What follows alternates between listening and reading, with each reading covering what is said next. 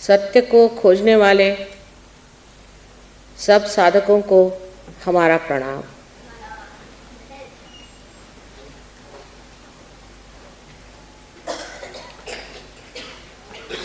आज का मधुर संगीत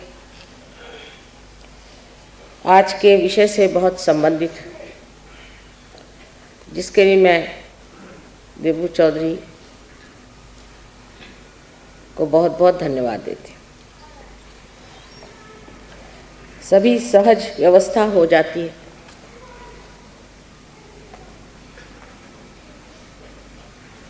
और आज संगीत में जो आपने 12 स्वरों का खेल देखा,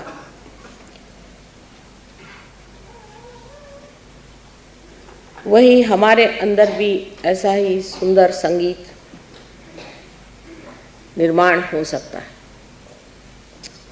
ये जो कुंडलिनी के अष्टचक्र आप देख रहे हैं,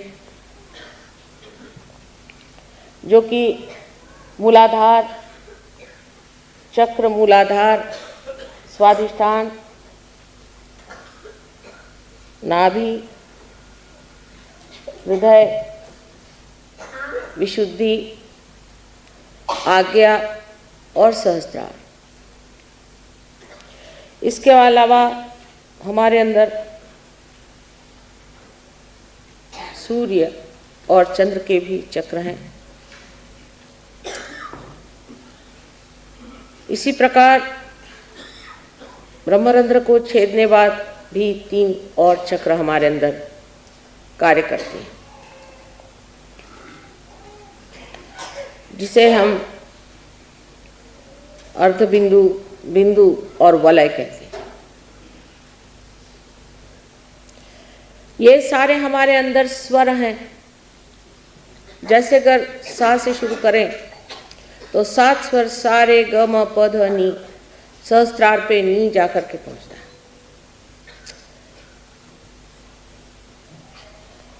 इसी प्रकार इन सब चक्रों को जो शक्ति देते हैं, ऐसे ग्रह भी हैं। जैसे मूलाधार पे मंगल, स्वाधिष्ठान पे बुध, नाभि पर गुरु, हृदय पे शुक्र, विशुद्धि पर शनि, आज्ञा पे सूर्य और सहस्त्रार पे सोमवार, जो कि शिव जी का या देवी का स्थान माना जाता है, आदिशक्ति का।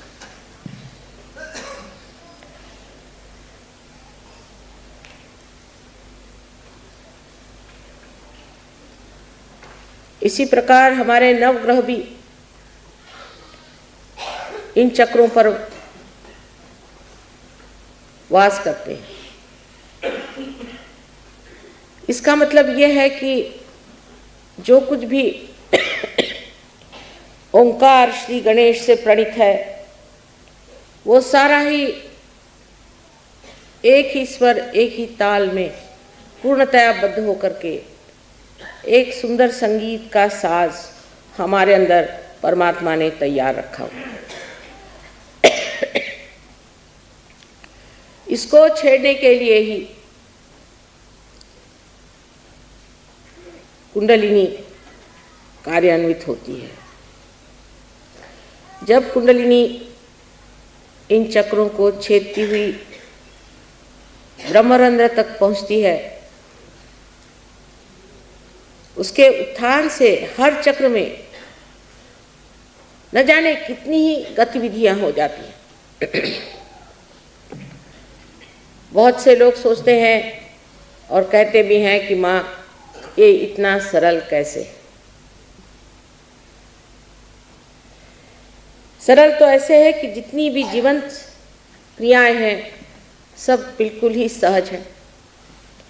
एक बीज में अंकुर भी सहज आता है। लेकिन जो हम रोज देखते हैं, रोजमर्रा जानते हैं, उसके प्रति हमें कोई भी प्रश्न खड़ा नहीं, उसे हम मान से लेते हैं। जैसे कि आपकी श्वास की क्रिया जो है, ये कितनी सहज है। इसके लिए अगर आप किसी गुरु के पास जाना पड़े या कुछ ग्रंथ पढ़ना पड़े या कोई लाइब्रेरी में जाना पड़े तो कितने लोग जीवित रहेंगे। ये हृदय का जो स्पंदन अनहद हर घड़ी अपने आप ही कार्यान्वित रहता है, उसको अगर चलाने के लिए हमें बाह्य से कोई उपचार करना पड़ता तो कितने लोग इस संसार में जीवित पैदा होते। ऐसी अनेक विध चीजें जो जीवंत हैं हम देखते हैं। ये फूल खिलते हैं अपने आप और इनके फल भी हो जाते हैं अपने आप। ये ऋतंभरा प्रज्ञा जिसने इस सृष्टि को पूरी तरह से आशीर्वादित किया है, वो ये सारे जीवंत कार्य हर क्षण हर पल करती रहती है। इतना ही नहीं, इसका चयन इतना अद्वितीय है कि उसका अनुमान हम अपने मानवीय बुद्धि से नहीं लगा सकते। माने एक आम के पेड़ में सिर्फ आम ही लग सकता, एक हिंदुस्तानी के घर हिंदुस्तानी ही पैदा होता है। मेरा मतलब ये नहीं कि हिंदुस्तानी से है कि वो कोई ब्रांड लेके आता है, लेकिन उसकी शक्ल सूरत से आप जानते हैं कि हिंदुस्तानी। ये जो चयन है, ये जो चॉइसेस हैं, ये कितने गहन और कितने गणित से बने हुए हैं कि उसका अंदाजा हमारे दिमाग में आ ही नहीं सकता।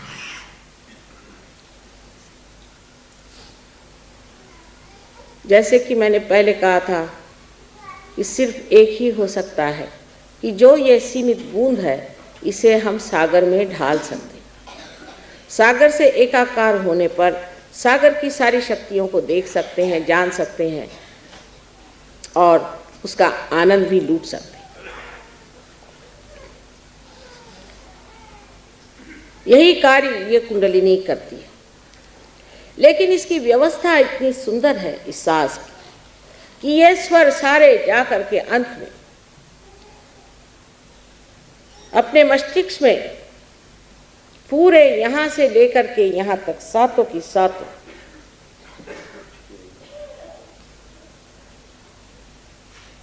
जिन्हें कि हम कहते हैं चक्रों के पीठ, पूरी तरह से अपने कार्य में संलग्न होते हैं। ये 7 चक्र जो हम नीचे देखते हैं उनके पीठ हमारे मस्तिष्क के, यहाँ से शुरुआत करिए या यहाँ से शुरुआत करिए तो मूलाधार आदि सब करते हुए यहाँ आपके हृदय चक्र, और हृदय के बाद यहाँ तक आप आज्ञा चक्र पे आ जाते हैं और यहाँ विशुद्धि चक्र है।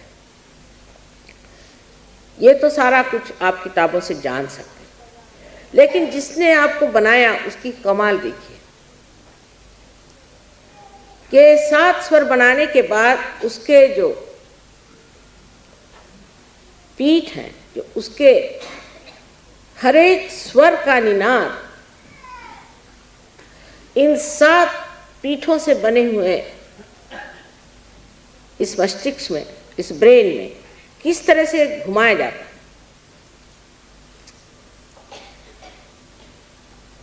उसकी जो शक्ति है उसको किस तरह से एक सुंदर सुगठित तालबद्ध स्वर में आलापा जाता है, ये एक कमाल की चीज है जिसे देखते ही बनता। इस कमाल को हम इसलिए नहीं देख पाते कि हमारी दृष्टि ही बाहर की ओर है, और अगर कहा जाए कि आप अंदर की ओर दृष्टि ले जाएं तो आप कहेंगे कि ये कैसे करें माँ, ये तो मुश्किल काम है। आप अब इस वक्त मेरी बातचीत सुन रहे हैं, आपका सारा चित्त मेरी ओर है, लेकिन अगर कोई घटना घटित हो जाती है तो आपका चित्त वहाँ आकर्षित हो जाता है।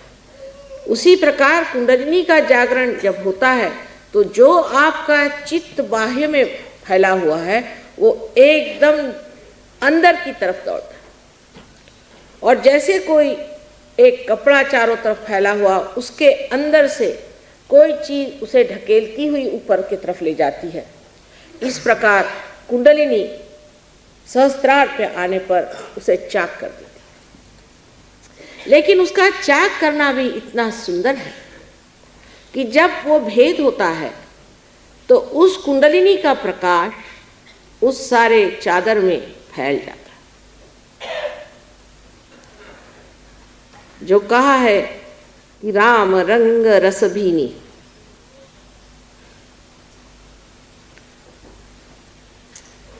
वो चदरिया जो कि हमारे चित्त की है, उसमें सत्य का प्रकाश फैल जाता है।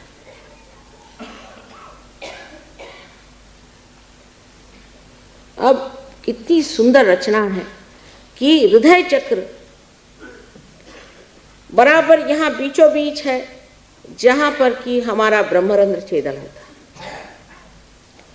ब्रह्मरंध्र का छेदन उस जगह है जहां हमारा हृदय है। इसका मतलब यह है कि हमारे हृदय में जब तक परमात्मा को पाने की इच्छा नहीं होगी, तब तक ये भेदन ठीक नहीं हो सकता। सारा काम हृदय का है, ये समझने की बात। आप लोगों ने बुद्धि से मेरी बात समझ ली है,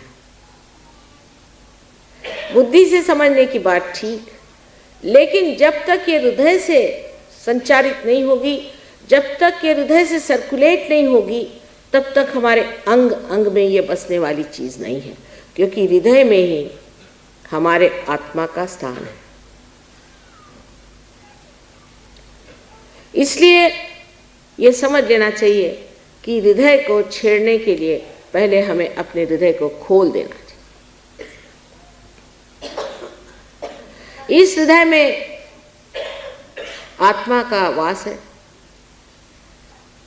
जिसके ऊपर 7 रंगों में इन 7 पीठों से प्रकाश फैला हुआ। इतना निकट का संबंध हमारे इस मस्तिष्क का, ब्रेन का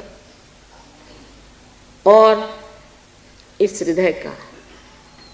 लेकिन आज हमारा हृदय एक तरफ काम करता है, शरीर दूसरी तरफ काम करता है और बुद्धि तीसरे तरफ खींचती है। इसमें कोई समग्रता नहीं। समग्र माने सब अग्रों में से एक ही सूत्र जाना चाहिए। इसमें कोई इंटीग्रेशन नहीं है। इसीलिए हम अपने से ही रोज लड़ते रहते हैं, अपने से ही रोज झगड़ा रहता है। किसी का एक चक्र अच्छा है तो दूसरा खराब है, दूसरा चक्र अच्छा है तो तीसरा बिल्कुल कमजोर हो चुका, चौथा बेकार हो चुका।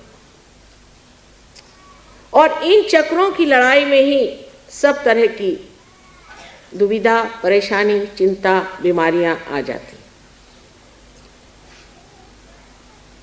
और ये सारे चक्र भी पंचमहाभूतों से, एलिमेंट से बने हैं। और एक शेर कहा है कि मौत क्या है, इन्हीं अज़दा कश परेशान होना। जब ये चक्र परेशान हो जाते हैं तो मौत आ जाती है। ये चक्र सारे के सारे जिन पीठों से संचालित होते हैं, गवर्न होते हैं, वो पीठ हमारे मस्तिष्क में, और हमारे मस्तिष्क से ही सेंट्रल नर्वस के साथ इन सारे चक्रों का चलन वलन हो सकता था, लेकिन होता नहीं है। पैरासिम्पैथेटिक नर्वस सिस्टम से ही हम इन चक्रों को संचालित करते हैं। जब तक हम पैरासिम्पैथेटिक पर अपना प्रभुत्व न जमा लें, जब तक हमारा संबंध वो ऑटोनॉमस नर्वस सिस्टम जिसको हम नहीं चला सकते, ऐसी स्वयं चालित के स्वयं पर अपना जोर न जमा लें, तब तक न हम बदल सकते हैं न दुनिया बदल सकती।